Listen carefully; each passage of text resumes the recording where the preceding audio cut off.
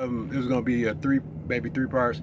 This is going to be as many parts as I need to get this story out, but I'm going to keep the videos under 10 minutes because I know if there's anything people hate, it's watching extremely long videos.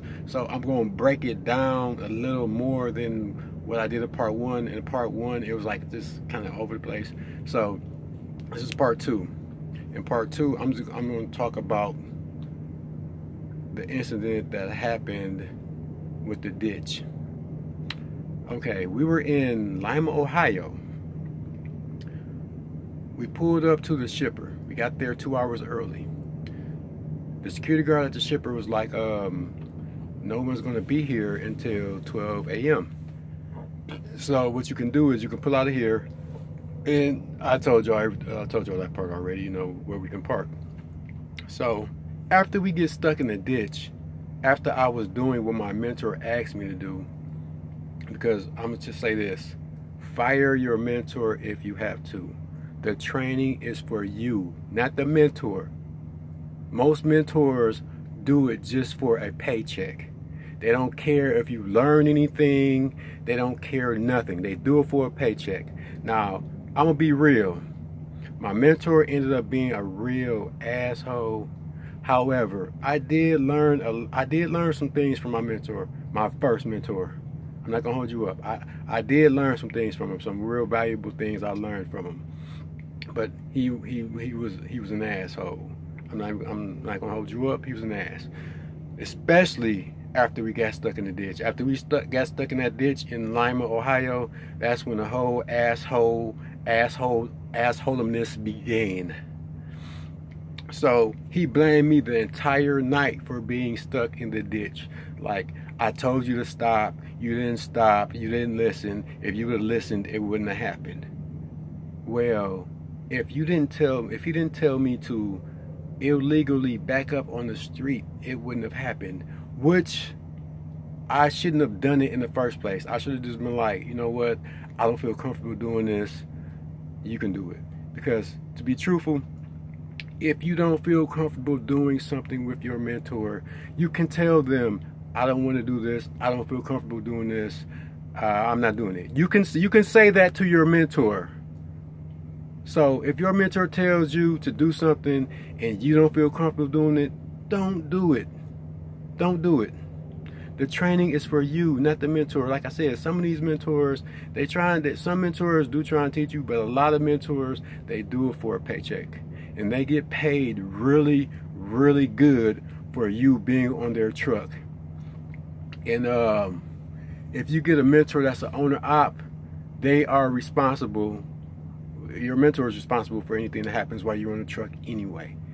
If you get a ticket for having a load that is overweight, you know who's responsible for the ticket? The mentor, not you, the mentor. Everything that happens on that truck, the mentor is responsible for. If the mentor is a company driver, Swift covers it. They will cover it. If the mentor is an owner op, they have to pay for it out of their pocket. So my mentor was an owner op, and whatever mistakes that was made by any of his students came out of his pocket. He had to pay for it, which was why he was trying to illegally charge me for things that he shouldn't have charged me for, like the Lima, Ohio incident. When we got stuck in the ditch, he told me, look, when you get on your feet, when you start making money and you get in your own truck, you get on your feet, I want to expect a donation from you. I'm like, okay. In the back of my head, I'm like, I'm not giving him nothing. I'm not giving you nothing. I'm a student. I'm learning. Your job is to train me. So of course, as a student, you're going to make mistakes as a student because you're learning. That's why you have a trainer.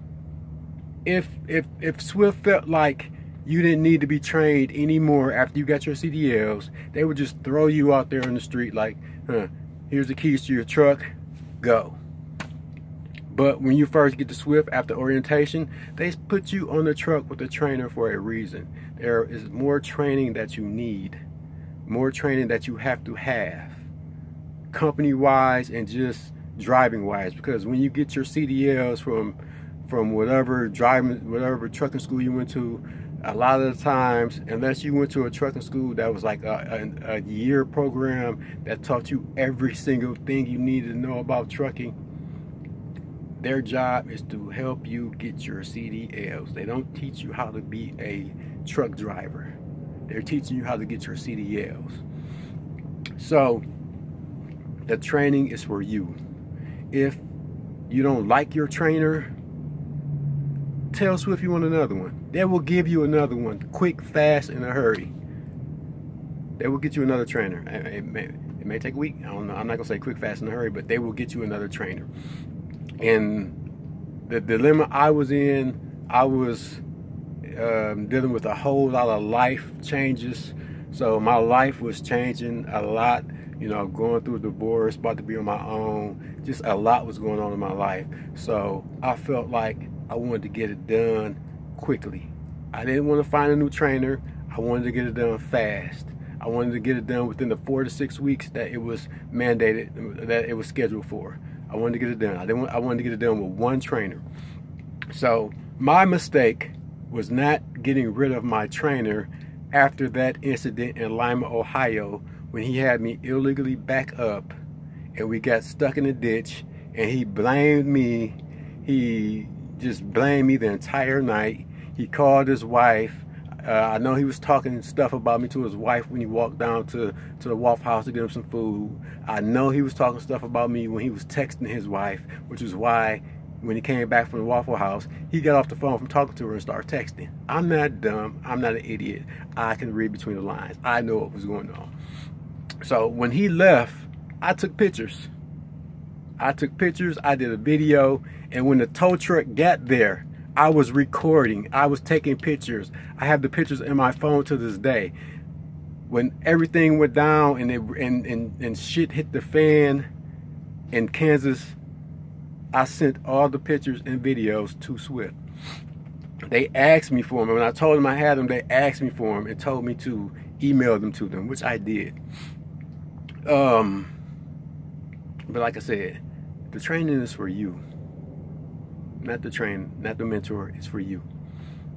So I took pictures and I did video, and he was sitting in the driver's seat of the truck, like steering the truck while the tow truck driver was pulling the truck out the ditch, and I was recording. He was asking me like, why? He's like, why are you recording?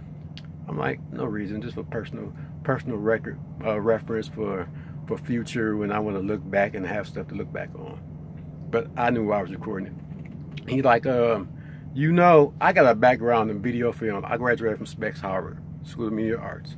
So he like, you know, when you record, if something go wrong right now and you got that on tape and you got that recorded, he can get sued if something go wrong. Like, just like if you have a baby and the doctors don't really like you recording, but they let you record, but if something go wrong, you got video and you can sue, they don't really like it.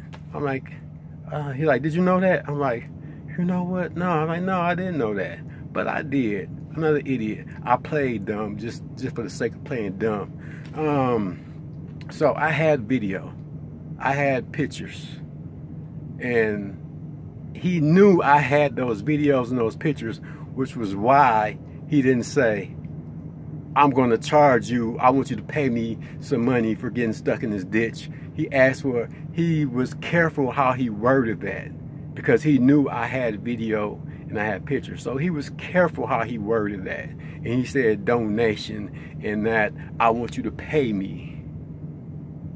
So he got a bill for $992, and he was very pissed when he got the message through the Qualcomm.